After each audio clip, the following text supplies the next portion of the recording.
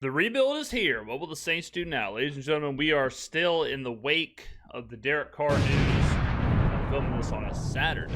Derek Carr, I mean, honestly, one of the craziest off seasons in NFL history. Like for a team, just what's going on, especially for the, like in the Saints lore.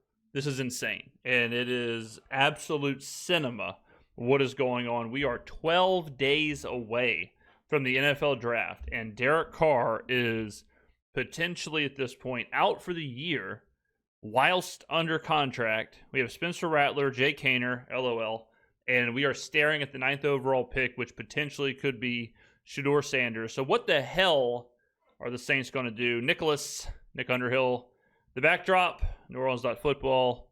Let's go ahead and react along the way, huh? Well, the Saints are in the rebuild, and I don't know if they were ever going to go all the way into it on their own. It seemed like they were always going to trying to stay competitive and just kind of keep going for it and keep adding to it and hoping that at some point they fully struck gold. And maybe that would have been the way to get to the promised land, but it feels like that path kind of got cut off today when we learned that Derek Carr has a shoulder injury and he might miss all of next season, which practically speaking, I think brings his tenure with the Saints most likely to a close if he.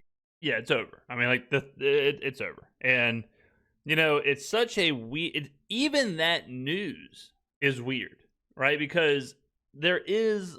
I'm not saying this is going to happen, but there is a chance he doesn't have surgery. He's not hurt. Like that's still left for interpretation, right? Like we do not have a definite answer of what's wrong with Derek, what surgery he needs, how long he'll be out. I mean, if it comes out that yeah, he's hurt, but he'll be out for 3 months, it's like, all right, well, that changes everything, right? Like the different avenues of what's wrong, what the situation is a huge part of this.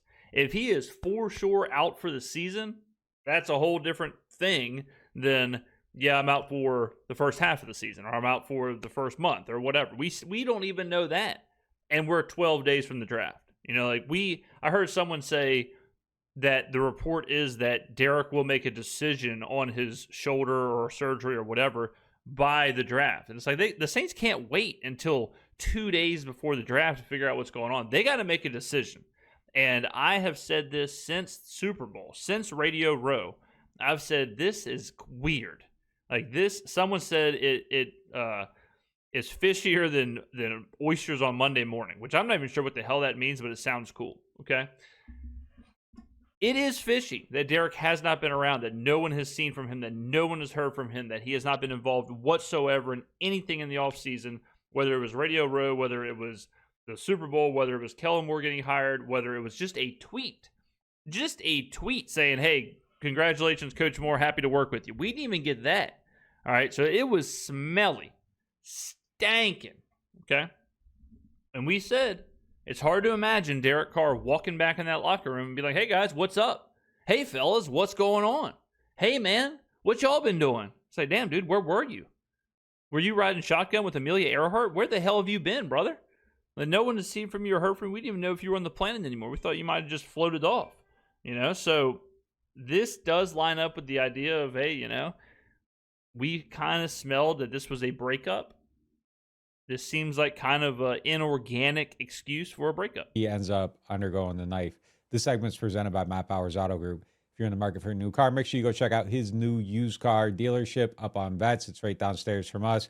Go buy a car, wave to us upstairs, and you know, do what you do. Go be great. So next to that is Total Wine, which is one of my favorite stores in the world. I mean, you could have a hell of a day. You go to Total Wine, get you a couple pick sixes, you know, whatever, couple cases, get you some beers you never had before. They got some real nice hitters up in there. Then go on over to Matt Bowers, get you a used Kia Soul, wave to the New Orleans.football fellas, and just speed on down Vets. I mean, that's a fantastic Tuesday, if you ask me. Great.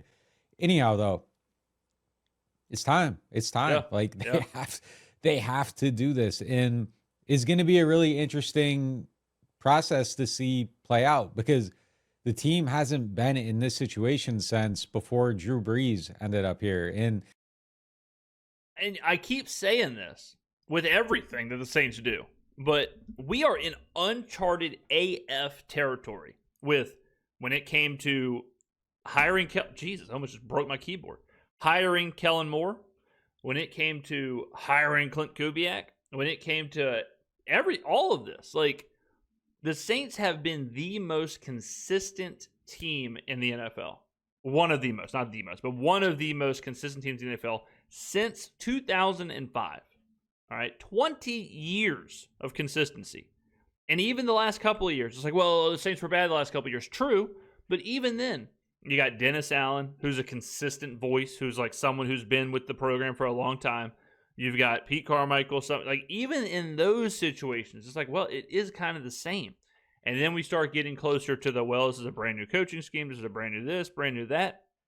This is absolute turmoil for a team that has been as consistent as it gets. We are seeing things happen with this franchise that they have not done in 20 years, 50 years when it comes to drafting a quarterback in the first round. They haven't done that since Archie. When it comes to a brand new idea, fully new staff, they haven't done that since Sean Payton in 2005. So you're talking about for a franchise, I can't overstate just how rare this is. By the way, I wanted to show this.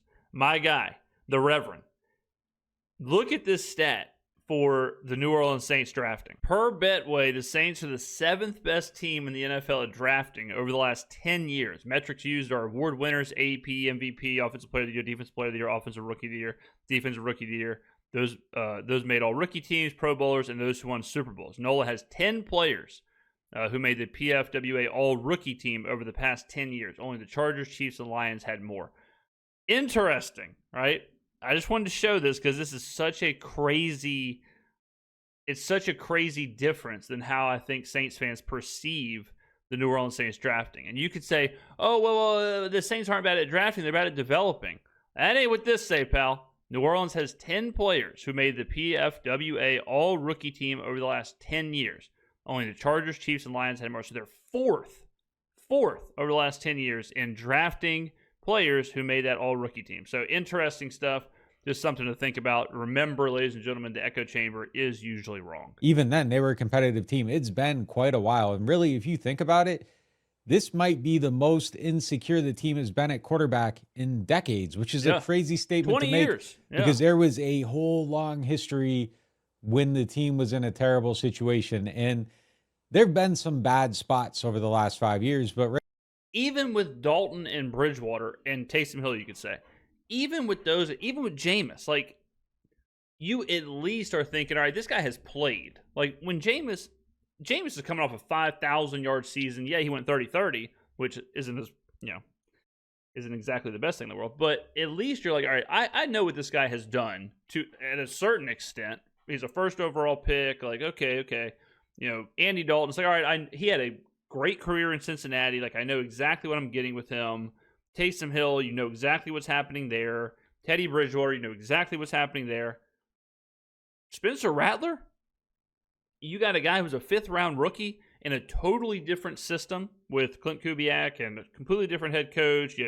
He had two head coaches with Darren Rizzi and Dennis Allen. You got all that going on. He was 0-7 as a starter. You got Jake Hayner, who is probably just sitting in the corner of a room just shaking, just watching the game tape from when he got his start. You don't know what's going on. Like and then your other alternative is a free agent, but you're so late into the free agency that option is like Aaron Rodgers or Carson Wentz or Ryan Tannehill, all right? Or you're looking at the rookie class and saying, well, I could take a complete unknown in the rookies and have them start. Like, it is, no matter where you look, it is just question marks. Right now, there isn't a whole lot on the roster. The team has Spencer Rattler, who still has a ton of upside and a ton of potential and a ton of possibility. And if it's his time next season and he's the guy starting from day one, he's going to have a lot better structure on him. So we're going to get a real true evaluation from him. All right. So I think the biggest winner from the Derek Carr news is Spencer Rattler. I tweeted this out. Damn, son, where'd you find this? If you think about before, okay, so let's say Carr isn't hurt. Carr is the starter, no doubt about it. He is the starting quarterback of the Saints if he's not hurt. Rattler probably the Saints draft a quarterback.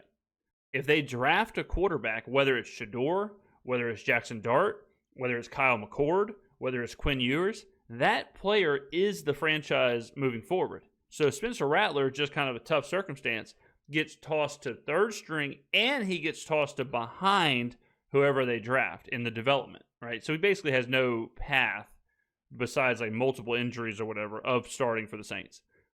Now you look at what's happened in the last 24 hours. Derek Carr goes down. So as of right now, Spencer Rattler is your QB1 as of right now. All right. Now let's say the Saints draft a quarterback. Well, if they draft a quarterback and do not plan for them to be the week 1 starter, like let's say they take JJ McCarthy situation where they take him, but they're like, he's going to sit for a year, then Rattler still gets a chance to play for a season, whether that's, to look good for the Saints, just like Sam Darnold did for the Vikings, or to pseudo audition for another team, which ended up happening with Sam Darnold and the Vikings. Okay, so Rattler still has a shot to play, whereas before he certainly did not. But now let's pretend the Saints do not take a quarterback that they expect to start week 1 or any of that stuff. As you get later into the draft process, you do get closer to Spencer Rattler. If you're looking at Kyle McCord or someone in the 5th round or Will Howard or whoever, that's kind of just like, well, let's just roll with Spencer Rattler. If you're thinking that player is graded out at whatever, a 3rd, 4th, 5th round pick, you already kind of have that. And he's has a year of NFL experience under his belt. So just from like a logic decision tree, that could push the Saints to saying, you know what? We weren't expecting to do this, but it kind of just makes sense to let's just take best players available. Let's shore up the rest of the roster. Let's go get a veteran to just be in the quarterback room, and let's let Spencer Rattler roll with this thing. So Rattler may go from no chance in hell to starting to all roads lead to him starting. And I'll tell you this. I tweeted out that Monday morning was Spencer Rattler's Super Bowl. He better be there at 4 a.m. He better be there at 5 a.m. mopping the floor, turning the lights on before anybody else, because he's got a shot at this. He has a shot through off-season workouts and all that to impress the coaches, impress the front office, and make that draft decision a little bit easier. Saturday effing morning. Look at this, ladies and gentlemen. Farrah Yvette, WDSU. Yeah, WDSU. Spencer Rattler, already at the facility. Boom. Look at this. This is my American flag right here. Look at this. Look at this. Showed up. He knows. Big dog Spencer knows. He knows that I got 10 days. I got a week, really. If I can impress in a week, you know who Spencer Rattler's got to beat out? Shador Sanders. If he can beat out Shador Sanders, if he can show more in the next week that makes the Saints front office and coaches think, you know what? He might be better than Shador, or he might be the same as Shador, or whatever. All he's got to do is do that. Then they'll roll with Spencer Rattler. And where I'm sitting right now, I've shot myself into a work and I worked myself into a shoot. But I think you go get Carson Wentz, you go get Ryan Tannehill just to exist. And I think you start Spencer Rattler. And I think you rock and roll with this guy. And you see what the hell you got. He's a 5th rounder. Played last year. Played with some absolute scrubs. And at times looked pretty good. I think you roll with him. I have gone back and forth on this, but I think this makes the most sense. I really do. I think this is the move. Now, could I change my mind in 20 minutes? Who the hell knows?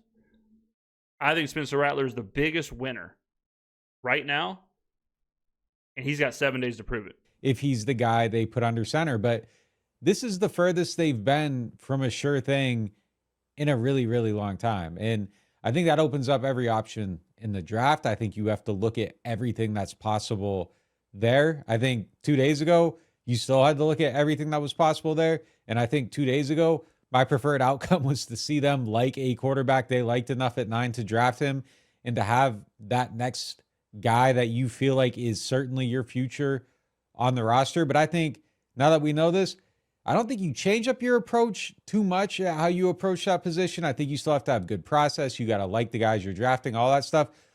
It doesn't change the approach, but it does change. It does kind of change the algorithm a little bit. The whole thing with Shador or Jackson Dart or Kyle McCord, whoever you like, the idea was that you do have a security blanket where they can't sit, right? So now the algorithm changes to, do you like them so much that they can play? Do you think they're CJ Stroud? Do you think they're a guy that can come in and be really good off the jump and you're not threatening their development or what? Is that the case? If it's not the case, that's what changes that algorithm, is that if it's not the case, does it make more sense just to go with Rattler? It does mix some things up a little bit. The Carr thing is a huge wrinkle in that. Huge wrinkle. And like I said, the more unknown the quarterback is, the more of a development he is, the more of a project he is, the closer he is to just being Spencer Rattler. And in this draft, it's like, well, why would I take Quinn Ewers, who isn't ready, and try and develop him when I could take a cornerback there or a lineman there or a wide receiver there or something I need right now, and I'll just do the same process with Quinn Ewers with Spencer Rattler. And that's the decision Kellen Moore has to make in the next 2 weeks. He has to decide what exactly he has in Spencer Rattler. But I do think it changes up the ability to flex. I think you flex a little bit more than you were willing to flex before. And I think you have to be a little bit more aggressive than you were willing to be before. And obviously the Saints knew about this. We were told they knew about it.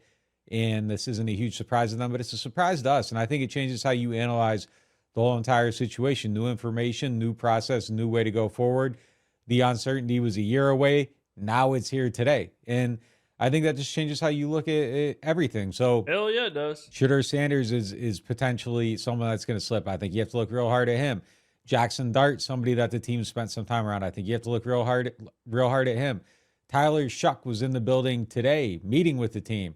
He's somebody that I think they're looking at real hard. So there's a lot of stuff that I think is now in play more so. It's really not a whole huge new future because you kind of were looking at it like, a year from now, Derek Carr is probably not here. A year from now, you probably need a new quarterback, but it's here now. And I'm excited to kind of see it unfold. It feels like the time was here. It feels like the time was now. It feels like this was something that kind of had to happen. You remember when you're a kid and you've got a wiggly tooth and you're losing your teeth or whatever, and you got one that's hanging on and you don't want to pull it. You don't want, to force it, but it's probably ready. But, it's not bothering you, I guess. You can just kind of let it play it out. And then something happens to where it does just get ripped out, whether you're eating something or you accidentally hit it or whatever, and just boom, rips out, bam, it's out.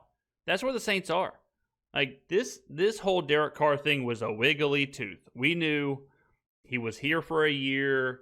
He had the contract. It was restructured to where they had to get rid of him after this year, and it wasn't great, but whatever. I mean, you could do worse. Like, you're going to move forward with a different quarterback. What's the future look like? We'll deal with it later. Well, someone gave you a Laffy Taffy, and bam, that thing is ripped out. In the long run, it's probably for the better. It needed to happen. Okay, fine. But it does make this whole thing, like Nick said, really weird, where does it change the process? Not really. You still have to look at the quarterbacks. You still have to do your due diligence. You still have to look at the entire draft. But you do now have a gaping hole right in the middle of your mouth. And you got to fill it. And you got to have a quarterback. You got to have a starter. Who is it going to be week one? As of right now, it's Spencer Rattler. Does that change? Does it even change if you draft a quarterback? If you draft Shador, does he start week one? Is it an open competition? That's kind of insane. If it's an open competition, I'm probably drafting somebody else and rolling with Spencer Rattler. If you have 2 Spencer Rattlers, you have 1 Spencer Rattler. All right, it's something to think about, ladies and gentlemen. And it was going to happen. And it feels like you hate it for Derek Carr. I mean, you hate it for veteran players that are on this team. You hate it for Tyrann Mathieu. You hate it for Alvin Kamara. You hate it for Cam Jordan. You hate it for Demario Davis because, you know, those guys have been around for a while and you wanted to see them get one more chance to chase it, maybe to build a decent team, have a good draft, and be one more chance to get into the playoffs. That's another question. And we'll every hour we're going to learn more. You know, every 20 minutes new information will come out. You wonder if the Saints knew about this injury and knew how bad it was, and if Derek knew how bad it was. Or you wonder all those things. And the question for me would be, let's say this happens 2 months ago, 3 months ago, and Derek has to have surgery or whatever. What do they do, or what do the older players do? Because some of the players took a pay cut. Like Cam Jordan took a pay cut to stay here. And I wonder if he knows he's staring into this much uncertainty, if he would have rather gone somewhere else. And, you know, who knows? Maybe he would have stayed. But it does make you think, like, what would those players have done? What would Tyrann have done? What would all the guys who took pay cuts and moved their money around and whatever, like, how would those players' decisions have been different if they knew how uncertain the quarterback position would be? Or did they factor it in at all? I don't know. But those are questions that we'll never get the answer to, but are interesting. Feels like that's a little bit further away now than it was, but it felt like it was just time. It feels like it's kind of time. You know, I think it's probably the best thing for Derek Carr to be able to go out and explore his future. And if this is it, it feels like the right time. And it feels like the right time for the Saints. They got a new coach. They got a new situation. They got Kellen Moore here. He can build this team the way he wants to build it now going forward. He has a chance to go out unencumbered and find the next quarterback or move forward with one of the guys on the roster at full velocity if that's the choice that he wants to make. Whatever it is now built at the most important position. You have a coach who is a quarterback, who grew up as a quarterback. He's going to be able to have his quarterback. And that just feels right. It feels right. And at some point that was going to happen. It might have ended up being Derek Carr. They might have fell in love with each other, you know, the situation, whatever, and been good with it. But it feels like time, and it feels like it's a new chapter. And honestly, it's due. It's due. It's time to figure out something new, raise the ceiling, build a new ceiling, whatever it is. It feels like time for something new. And ready or not, it's here. It's time to figure it out. The only part of this, the part of this that feels kind of bad, I guess, is that everyone knew.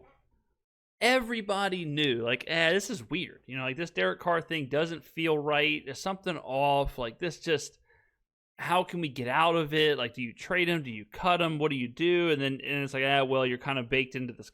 Like, everyone knew this was the weird part. Everyone, we made so many videos where it's like, all right, Kellen Moore, 36 years old, youngest coaching staff in the NFL.